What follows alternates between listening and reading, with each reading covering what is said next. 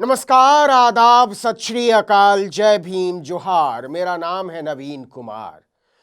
भारतवर्ष के तमाम कुत्ते गदगद हैं, धन्य महसूस कर रहे हैं।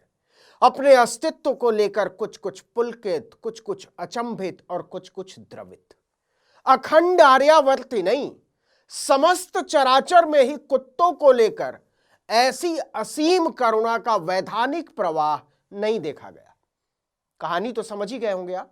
हम भारत की सर्वोच्च अदालत में जारी छुट्टा घूमने वाले कुत्तों के नैतिक, सामाजिक और वैचारिक समर्थन की बात कर रहे हैं। एक समय तो ऐसा आया जब कुत्ता प्रेमियों की वकील मेनका गुरुस्वामी की भावुक दलीलों पर जस्टिस संदीप मेहता को कहना पड़ा, 2011 में प्रमोशन मिलने के बाद से मैंने इतनी लंबी बहस कभी नहीं सुनी है। कुत्ते तो कुत्ते, अब तक किसी ने भी इंसानों के लिए भी इतनी लंबी बहस नहीं की है। दरअसल सुप्रीम कोर्ट में कुत्तों के अधिकार पर जिस तरह की बहस चल रही है, उसकी पूरी दुनिया में कोई मिसाल नहीं मिलती। जस्टिस मेहता ने पूछा था कि अगर कोई आवारा कुत्ता किसी मनुष्य पर हमला कर दे तो उसकी जिम्मेदारी किसकी होगी। इस पर वकील साहिबा ने कहा, स्वयंसेवी संस्थाओं की जिम्मेदारी तय की जा सकती है। इस पर जस्टिस मेहता ने कहा कि आवारा कुत्ता किसी के कब्जे में क्यों होना चाहिए। अगर आप पालतू जानवर रखना चाहते हैं तो लाइसेंस लीजिए। वहीं जस्टिस नाथ ने कहा कि हम बच्चों या बुजुर्गों को कुत्ते के काटने से होने वाली हर मौत या हमले के लिए राज्य सरकार पर भारी जुर्माना तय करेंगे, मुआवजा दिलवाएंगे। सरकार कुछ कर नहीं पा रही है, साथ ही उन लोगों की भी जवाबदेही तय होनी चाहिए जो कह रहे हैं कि हम कुत्तों को खाना खिला रहे हैं। ऐसा करो, उन्हें अपने घर ले जाओ। कुत्ते इधर उधर गंदगी क्यों फैलाएं, काटें और लोगों को डराएं।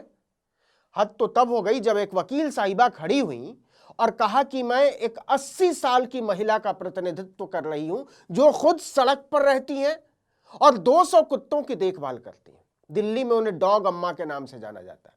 मतलब जिन्हें खुद ही देखभाल के लिए किसी की मदद की जरूरत है कायदे से, उनकी तरफ से पेश वकील कहती हैं कि वो 200 कुत्तों की अम्मा है। लेकिन हद तब हो गई जब उन्होंने अपनी दलीलें पेश करते हुए कहा कि जब बेघरों के लिए बने किसी शेल्टर होम में कोई कुत्ता बीमार पड़ जाता है तो उनमें से जो वायरस पैदा होते हैं उन पर दवाओं का असर नहीं होता। मुझे बुरा लगता है जब RWA कुत्तों के लिए शेल्टर होम बनाने के लिए और अधिक फंड की मांग करते हैं। सबसे पहले बच्चों को सड़कों से हटाना होगा, कुत्तों को नहीं। सुप्रीम कोर्ट में एनिमल ट्रस्ट का पक्ष रखते हुए एडवोकेट मेनका गुरुस्वामी ने कहा कि एक इमोशनल मामला है, भावुक मामला है। इस पर जस्टिस मेहता ने कहा, अब तक तो ऐसा लग रहा है कि इमोशन सिर्फ कुत्तों के लिए है। गुरुस्वामी ने कहा, नहीं नहीं, ऐसा नहीं है, मैं इंसानों के बारे में भी उतनी ही चिंतित हूं। इस पर जस्टिस मेहता ने कहा, गनीमत है, आप इंसानों के बारे में भी कुत्तों के बराबर ही सोचती हैं। कुत्तों को लेकर ऐसी ऐसी दलीलें सामने आई कि भारतीय न्याय संहिता की धाराएं चकित हैं।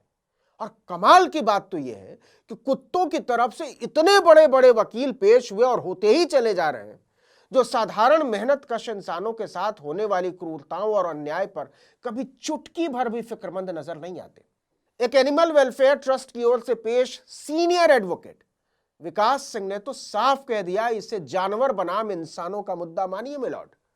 2025 में सांप के काटने से 50,000 से ज्यादा लोगों की जान गई थी। इसलिए यह कहना ही गलत है कि केवल कुत्तों के काटने से लोग मर रहे हैं। सांप भी खतरनाक है। ऊपर से दलील सुनिएगा, चूहों को कंट्रोल करने के लिए कुत्ते बड़े जरूरी हैं। वकील साहब ने कहा कि हम तो इकोसिस्टम में संतुलन बनाए रखने के लिए कुत्तों की लड़ाई लड़ रहे हैं। असल में इकोसिस्टम में कुत्तों की भूमिका पर सहृदयता के साथ विचार किया जाना चाहिए मिलॉर्ड।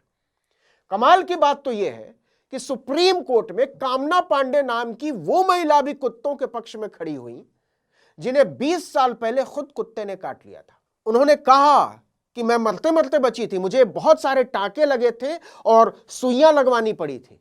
इसके बाद मैं कुत्तों के मनोविज्ञान पर रिसर्च करने लगी कि आखिर उस कुत्ते ने मुझे क्यों काटा, और मैंने पाया कि उस कुत्ते को लंबे समय तक क्रूरता का शिकार बनाया गया था।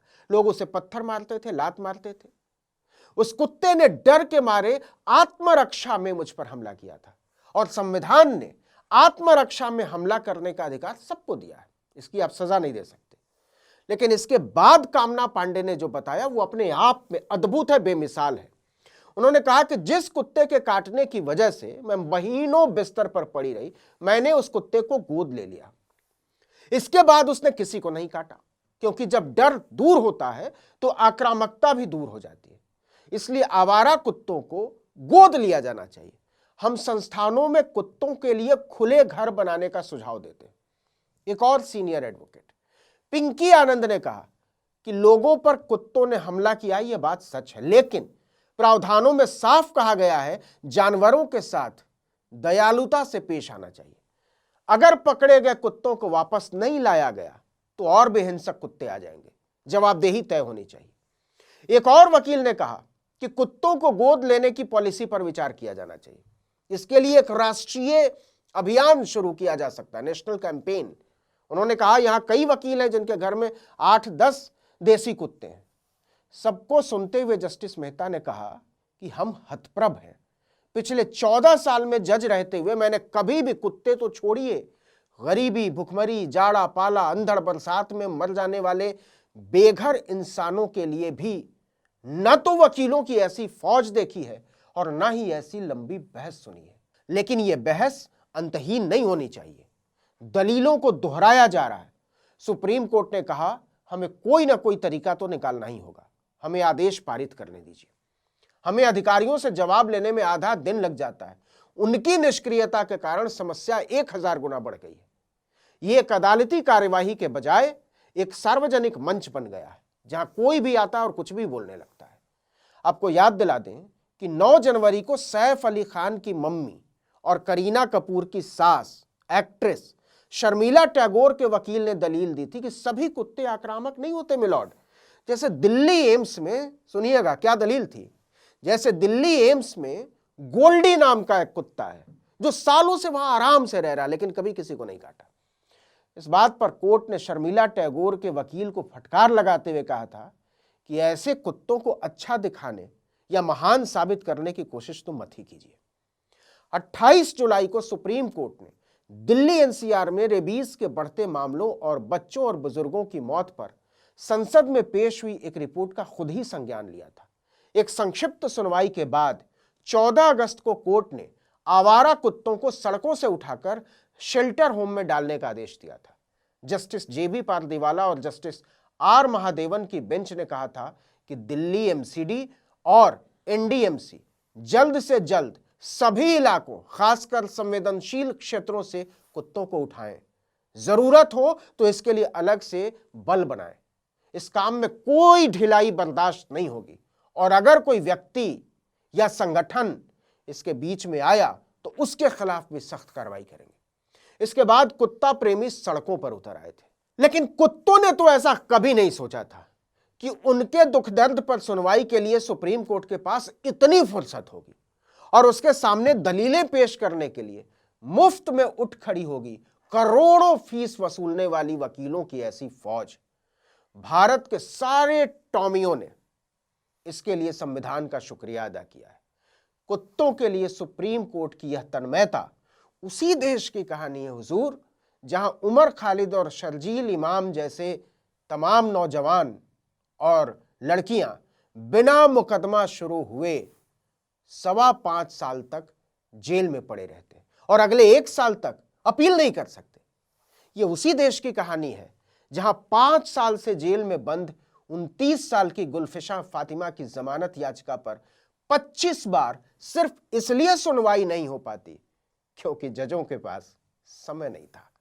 इस वीडियो में इतना ही, लेकिन अगर आपने आर्टिकल 19 इंडिया को अब तक सब्सक्राइब नहीं किया है तो फौरन कर लीजिए, बेल आइकॉन दबाइए, घंटी जैसी आकृति लाइक कीजिए और कमेंट करके बताइए हमारा वीडियो आपको कैसा लगा। हमारा ट्विटर हैंडल है article19_India और मेरा ट्विटर हैंडल है नवीन जर्नलिस्ट। नमस्कार।